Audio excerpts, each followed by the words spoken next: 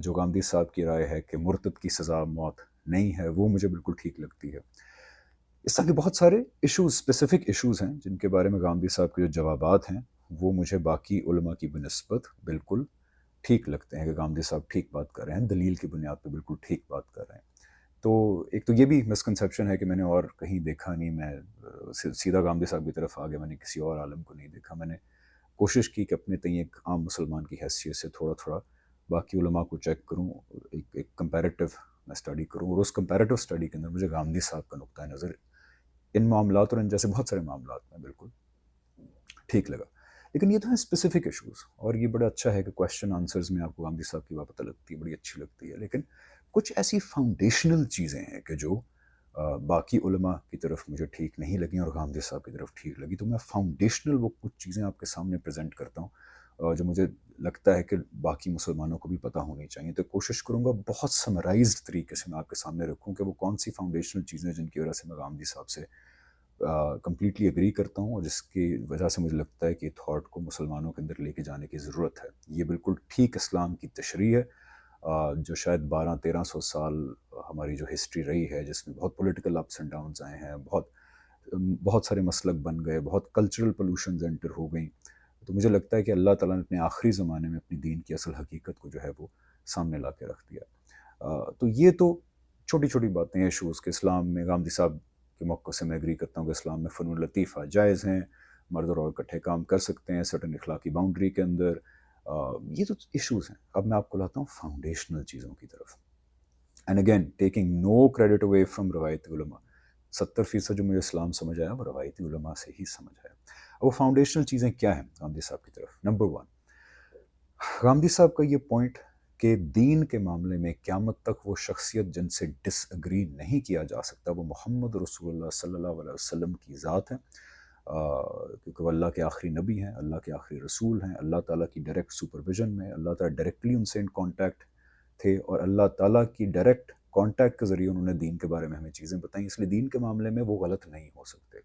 آپ صلی اللہ علیہ وسلم کے بعد جتنے لوگ آئے ہیں، چاہے وہ کتنے ہی بڑے اسکالرز ہوں، کتنے ہی نیک لوگ ہوں، ان کا علم جتنا مرضی وسیع ہو، ان سے ہم عقیدت بھی رکھیں گے، محبت بھی رکھیں گے، ان کی بات سنیں گے بھی، لیکن وہ دین کے معاملے میں صحیح بھی ہو سکتے ہیں، وہ غلط بھی ہو سکتے ہیں۔ گاندھی صاحب بھی دین کے معاملے میں صحیح بھی ہو سکتے ہیں، غلط بھی ہو سکتے ہیں۔ تو یہ بات مجھے گاندھی صاحب کے ہاں بالکل ٹھیک لگی۔ دوسری جگہ پہ میں سب کی بات نہیں کر رہا، لیکن بہت سارے روایتی علماء کے ہاں ان کے جو مسلک کے اکابر ہوتے ہیں وہ غلط نہیں ہو سکتے۔ فار ایگزامپل، اور دو بنیادوں پہ غلط نہیں ہو سکتے، یا تو وہ کہتے ہیں کہ جی ہمارے علماء اتنا زیادہ علم تھا ان کا، وہ غلط نہیں ہو سکتے، یا وہ اتنے نیک تھے وہ غلط کیسے ہو سکتے ہیں۔ پھر کئی مسلک جو ہیں ان کے ہاں ان کے اکابر نے جو کتابیں لکھی وہ ڈائریکٹ آپ صلی اللہ علیہ وسلم کی، ان کا کلیم یہ ہے کہ ڈائریکٹ آپ صلی اللہ علیہ وسلم کی سپرویژن میں وہ کتابیں لکھی، تو اس لیے پھر ان سے ڈس ایگریمنٹ کی تو گنجائش نہیں رہتی بھی۔ ایک انسان اگر ہم یہ مان لیں کہ آپ صلی اللہ علیہ وسلم کی سپرویژن میں کتاب لکھ رہا ہے تو غلط کیسے ہو سکتا ہے؟ تو یہ ایک مسلک کا ماننا ہے اپنے فاؤنڈر کے بارے میں۔ پھر ایک ہمارے اور سیکٹ آف اسلام ہے جو یہ کہتا ہے کہ ان کے اکابر تو اللہ میاں کی طرف سے بالکل معصوم ہیں، تو وہ غلطی کر نہیں سکتے، تو ان سے ڈس ایگری کیا نہیں جا سکتا۔ اس لیے باقی جگہ ایک کھچڑی ہے کہ ان کے اکابر جو ہیں وہ غلط نہیں ہو سکتے۔ اس لیے جب بھی ایک مسلمان کوئی غیر مسلم اسلام قبول کرتا ہے تو وہ اسلام قبول کرنے کے بعد ایک اور پہاڑ اس کے سامنے کھڑا ہوتا ہے کہ اب یہ اتنے مسلک ہیں اور ہر مسلک یہ کلیم کر رہا ہے کہ ان کے اکابر غلط نہیں ہو سکتے، تو اب میں نے یا تو ایک مسلک کے ساتھ پورا اگری کرنا ہے یا ڈس ایگری کرنا ہے۔ میں یہ نہیں کر سکتا کہ میرے دو باتیں ایک مسلک کی ٹھیک لگ رہی ہیں، 3 باتیں ایک اسکالر کی ٹھیک لگ رہی ہیں، تو میں 2 باتیں اس کی مان لوں، 3 باتیں اس کی مان لوں، یہ میں نہیں کر سکتا، کیونکہ ہر مسلک کہ کچھ لوگ، سارے نہیں، وہ کہتے ہیں کہ جی ہمارے اکابر غلط نہیں ہو سکتے۔ تو یہ بات مجھے گاندھی صاحب کے ہاں بالکل ٹھیک لگی کہ آپ صلی اللہ علیہ وسلم دین کے معاملے میں غلط نہیں ہو سکتے۔ اس کے بعد لوگوں نے آپ صلی اللہ علیہ وسلم کے دین کو سمجھنے کی کوشش کی، اس کو آگے ایکسپلین کرنے کی کوشش کی، وہ لوگ صحیح بھی ہو سکتے ہیں، وہ غلط بھی ہو سکتے ہیں، ان کی بات کو ہم دیکھیں گے، جس کی جو بات ٹھیک لگے گی مان لیں گے، جس کی جو بات غلط لگے گی اس کو کہیں گے کہ غلط لگ رہی ہے، اس پہ اسکروٹنی کریں گے، کرٹیسائز کریں گے۔ اس سے یہ دروازہ بھی کھل جاتا ہے کہ اب میرے پاس چوائس ہے کہ ہاں مجھے 2 باتیں اس مسلک کی ٹھیک لگ رہی میں مان لوں گا، 2 باتیں مجھے اس مسلک کی ٹھیک لگ رہی میں مان لوں گا۔ I don't have to go to absolutes. Gandhi صاحب کی بھی آپ کو 10 باتیں صحیح لگ سکتی ہیں، 3 باتیں غلط لگ سکتی ہیں۔ سو یہ پہلی چیز کہ دین کے معاملے میں اتھارٹی تا قیامت محمد رسول اللہ صلی اللہ علیہ وسلم کی ذات ہے.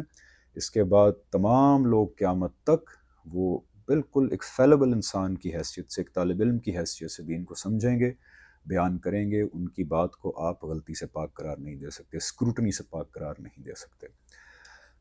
دوسری چیز بہت امپورٹنٹ ہے گامدی صاحب کے ہاں مجھے کلیئرٹی سے ملی، وہ ہے سنت اور حدیث میں ڈفرنس جو باقی جگہ نہیں پایا جاتا. باقی جگہ سنت اور حدیث کو خلط ملط کر دیا گیا ہے. سنت اور حدیث بیسکلی جو بھی باقی جگہ کہا جاتا ہے روایتی سائٹ پہ کہ جو بھی آپ صلی اللہ علیہ وسلم سے عمل ثابت ہے یا قول ثابت ہے، چاہے وہ دینی نیچر کا ہو یا دنیاوی نیچر کا ہو، وہ سنت ہے. فار ایگزامپل آپ صلی اللہ علیہ وسلم کھانا کیا کھاتے تھے، اس لیے کہا جاتا ہے کہ کدو کھانا سنت ہے. اس لیے کہا جاتا ہے کہ جبہ پہننا سنت ہے یا امامہ پہننا سنت ہے. تو سنت اور حدیث کو بالکل مکس کر دیا گیا.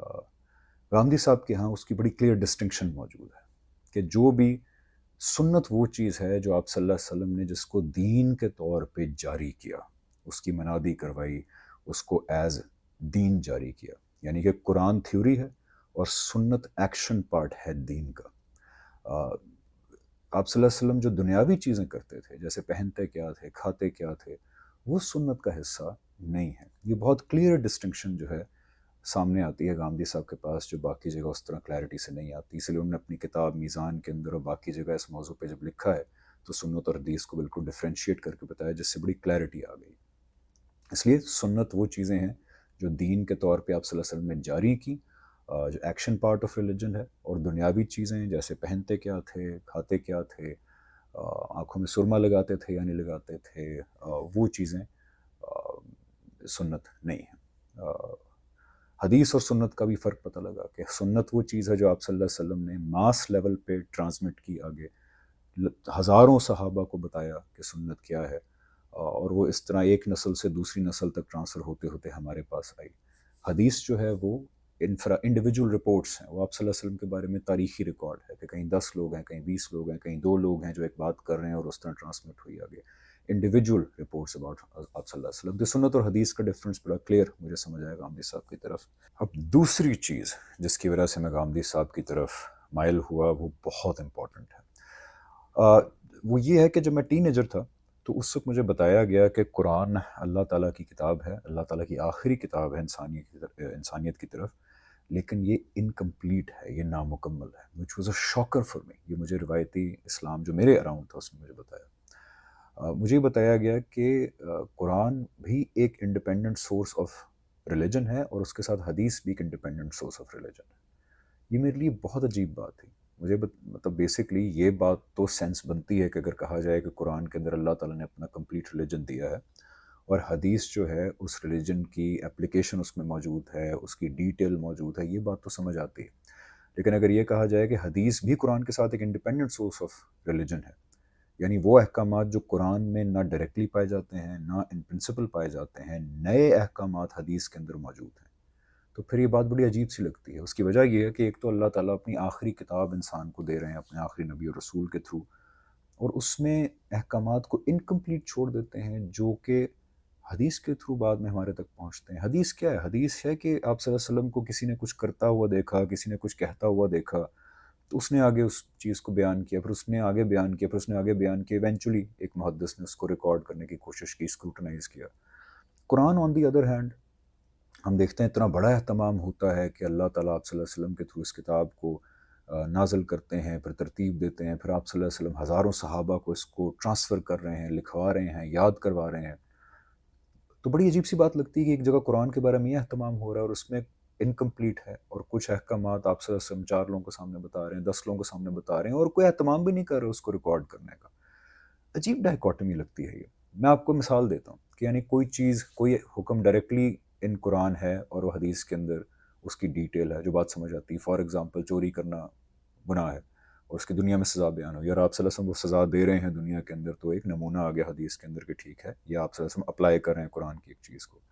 یا کوئی چیز ان پرنسپل قرآن کے اندر منع ہے یا الاؤڈ ہے اور آپ صلی اللہ علیہ وسلم اس کو اپلیکیشن یا ڈیٹیل کر رہے ہیں، حدیث لٹریچر میں سمجھ آتی ہے. فار ایگزامپل قرآن کے اندر تکبر ان پرنسپل منع ہے اور آپ صلی اللہ علیہ وسلم منع کر رہے ہیں کہ بھی لمبے کپڑے نہ پہنا کرو، جو پیچھے گھسیٹتے ہوئے کپڑے آتے ہیں، اس سے آپ کو پتہ لگتا ہے کہ ٹھیک ہے تکبر کی وجہ سے آپ سے ایک قرآن کے پرنسپل کو اپلائی کر رہے ہیں، لیکن ایسا حکم جو قرآن میں موجود نہیں ہے یا جو قرآن سے کانٹرڈکشن رکھ رہا ہے وہ انڈیپینڈنٹلی آ گیا. فار ایگزامپل قرآن کے اندر زانی کی سزا ہے کوڑے، کہ اگر کوئی انسان جس زنا کے جرم کا مرتکب ہو، اس پہ پروو ہو جائے، 4 وٹنسز ہوں، تو اس کو کوڑے مارے جائیں گے. اور قرآن کے اندر کوئی ڈسٹنکشن نہیں کی جاتی کہ شادی شدہ ہوگا یا غیر شادی شدہ ہوگا. تو حدیث میں ایک بالکل نیا حکم آ جاتا ہے کہ اگر زانی شادی شدہ ہوگا تو اس کو ڈیتھ پینلٹی دی جائے گی. اپیرنٹلی حضور صلی اللہ علیہ وسلم سزا دے رہے ہیں زانیوں کو، صرف اس بیس پہ ڈیتھ پینلٹی دے رہے ہیں کہ ان کی شادی ہوئی ہے. اب وہ لوگ جو قرآن اور حدیث کو ایکول سورس آف ریلیجن سمجھتے ہیں، اگین وہ یہ نہیں سمجھتے کہ قرآن کے اندر دین اور حدیث میں اس کی اپلیکیشن موجود ہے، وہ حدیث کو بھی انڈیپینڈنٹ سورس آف دین سمجھتے ہیں الانگ سائڈ قرآن. وہ پھر اس چیز کو ریکنسائل اس طرح کرتے ہیں کہ اچھا اگر زانی شادی شدہ نہیں ہے تو قرآن کی بات مان لیں گے، کوڑے دیے جائیں گے، اور اگر شادی شدہ ہے تو پھر حدیث کی بات مانیں گے، اس کو سزائے موت دی جائے گی.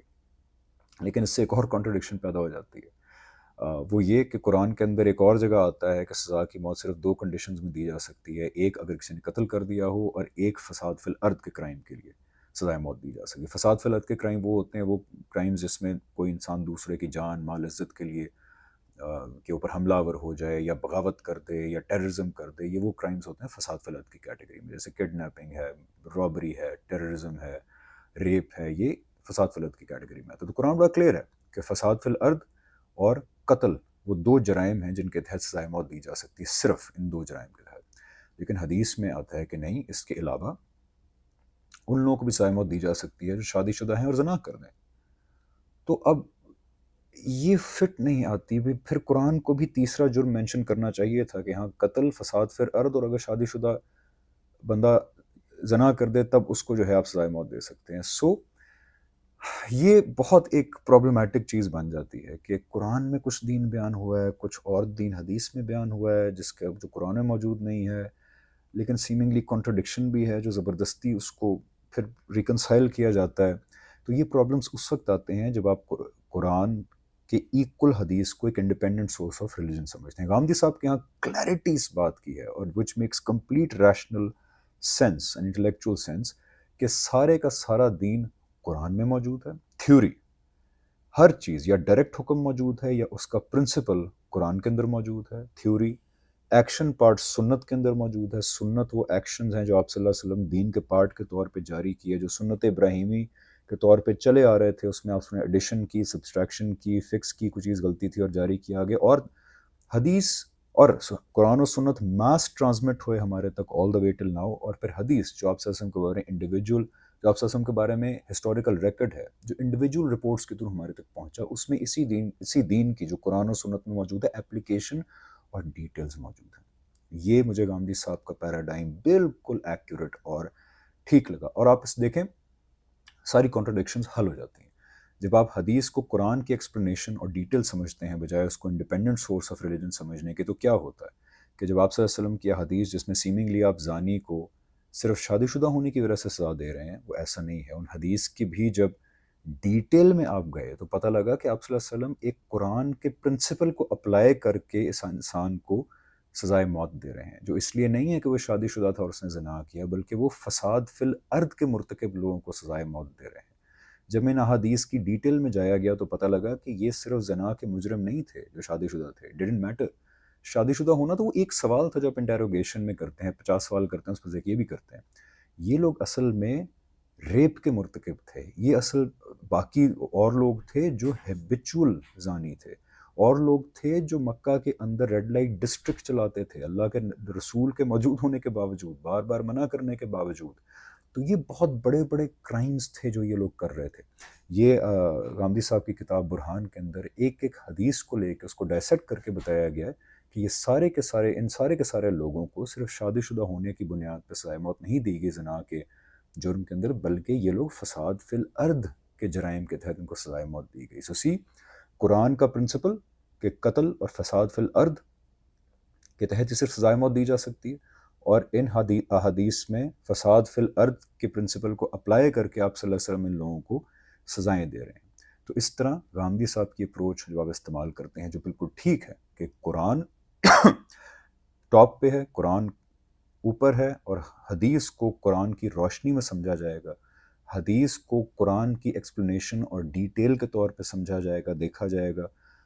حدیث کو بالکل بھی قرآن کے ایکول دین کا انڈیپینڈنٹ سورس آف کمانڈمنٹس نہیں تصور کیا جا سکتا۔ یہ قرآن کی روح کے خلاف ہے۔ قرآن نے جو خود اپنے بارے میں فریم ورک دیا ہے یہ اس کے خلاف ہے۔ قرآن کہتا ہے کہ قرآن اپنے بارے میں کہتا ہے کہ میں حکم ہوں، میں کرائٹیرین ہوں، میں سٹینڈرڈ ہوں، میرے زاویے سے، میرے فریم ورک سے باقی دین کے بارے میں ہر چیز کو، ہر لٹریچر کو انالائز کیا جائے گا۔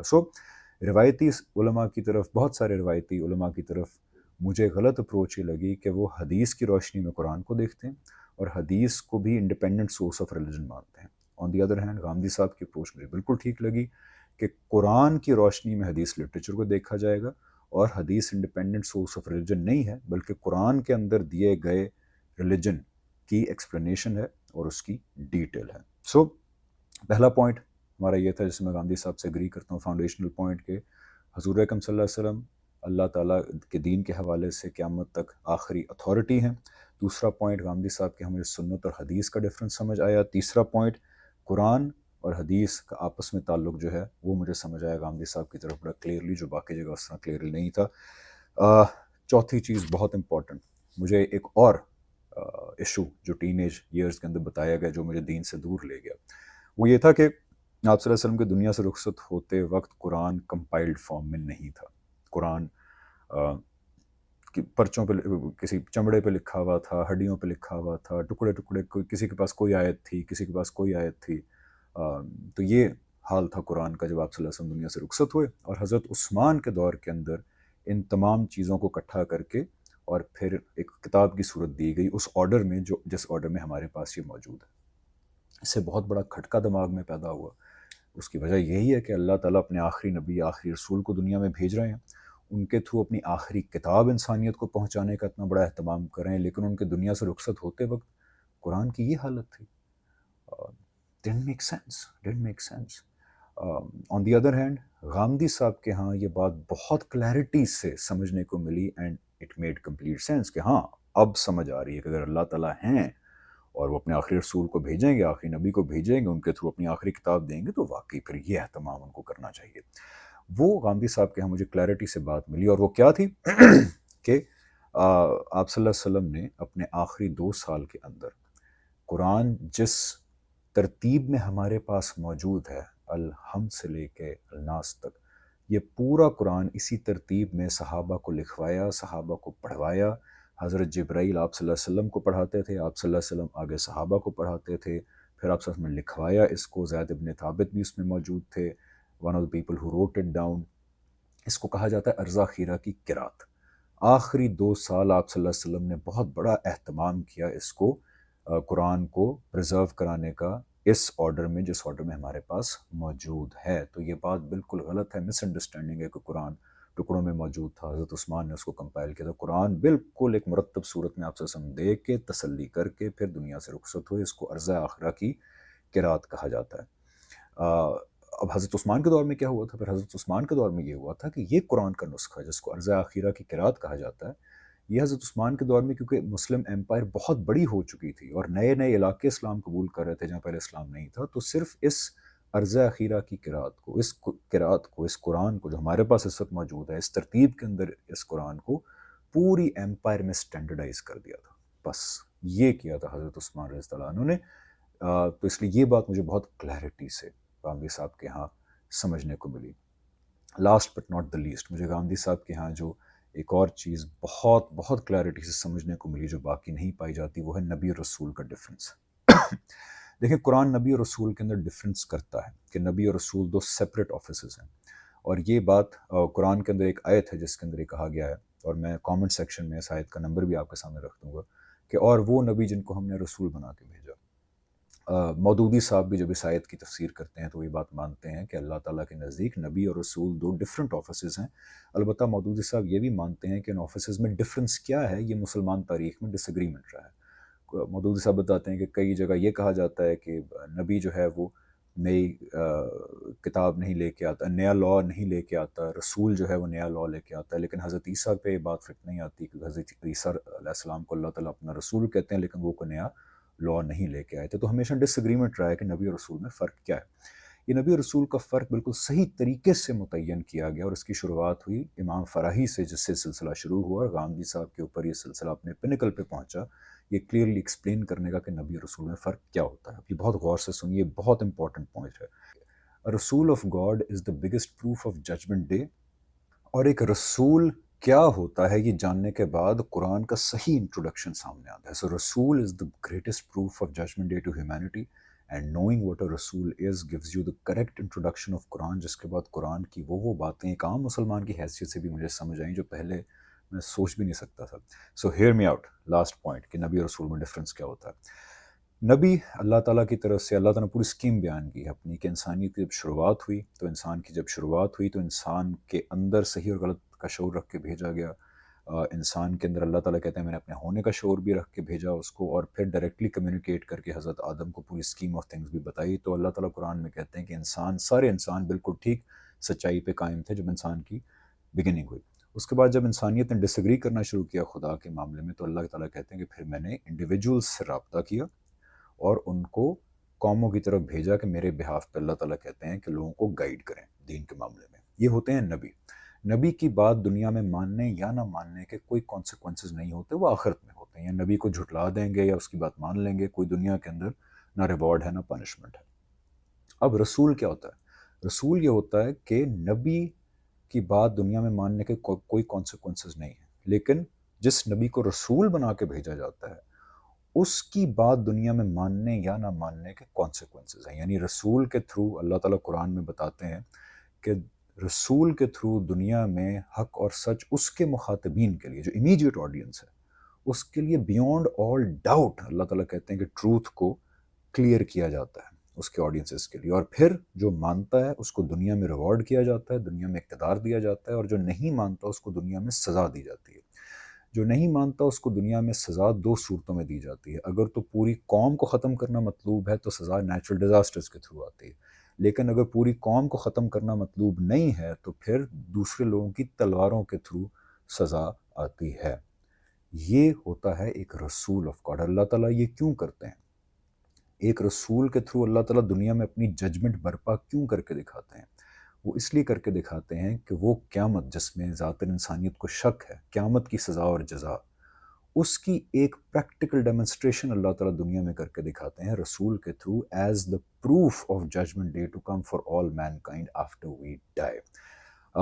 اس لیے حضرت نوح، عاد، سمود، حضرت موسیٰ، حضرت عیسیٰ، یہ سارے کے سارے اللہ کے رسول تھے. یعنی ان کے تھرو اللہ تعالیٰ نے ان کی امیجیٹ مخاطبین کے لیے دنیا کے اندر سزا اور جزا برپا کر کے دکھائی.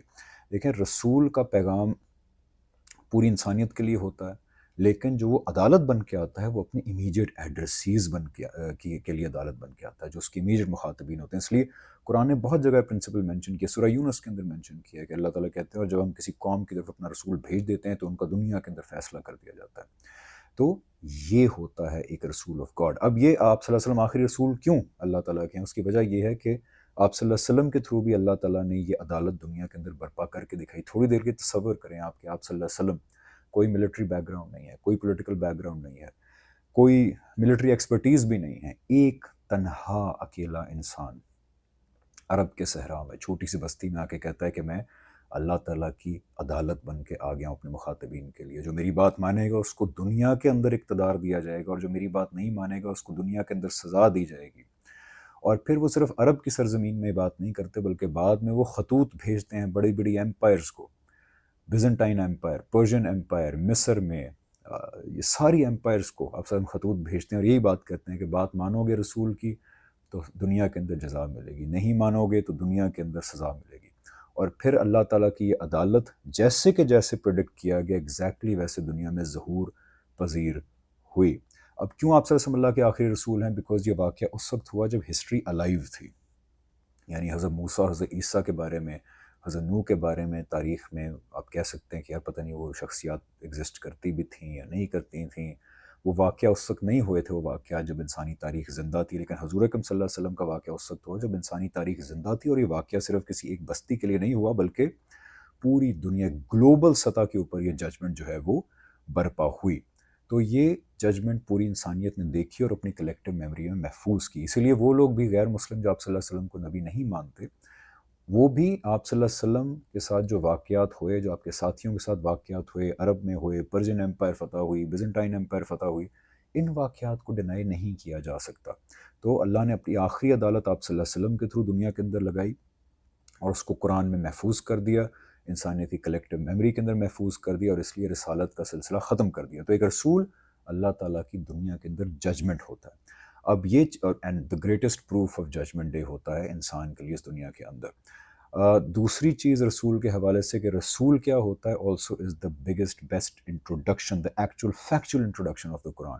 اس حوالے سے آپ قرآن پڑھ کے دیکھیں، آپ کے اوپر ایک نئی دنیا کھل جائے گی. قرآن کیا ہے کہ اللہ تعالیٰ نے اپنے رسول کے تھرو دنیا کے اندر ایک معاملہ کیا، اپنی عدالت لگا کے دکھائی، اپنی ججمنٹ برپا کر کے دکھائی. اہل کتاب کے اوپر ایک سزا نافذ ہوئی، سورۃ توبہ اللہ تعالیٰ کی سزاؤں کا بیان ہے. مشرکین کے اوپر ایک سزا نافذ کی، اہل کتاب کے اوپر ایک سزا نافذ کی، ان کو کیا دلائل دیے، 23 سال میں کیا معاملات ہوئے، اس ساری چیز کا پرزروڈ ریکارڈ کہ اللہ تعالیٰ نے اپنے رسول کے تھرو کیسے دنیا میں عدالت لگائی آخری بار، اس کا پرزروڈ ریکارڈ قرآن ہے. اب جب آپ پڑھیں گے اور آپ کے سامنے قوم عاد کی سٹوریز آئیں گی، سمود کی سٹوریز آئیں گی، ذنو کی سٹوریز آئیں گی، صالح کی سٹوریز آئیں گی، تو آپ کو پتہ لگے گا کہ یہ سٹوریز کیوں آ رہی ہیں. کیونکہ اللہ تعالیٰ کہہ رہے ہیں کہ دیکھو پچھلے رسولوں کے ساتھ کیا ہوا تھا، اور پھر آپ صلی اللہ علیہ وسلم کو اور آپ سے مخاطبین کو کہتے ہیں کہ تمہارے ساتھ بھی ایسے ہی ہوگا.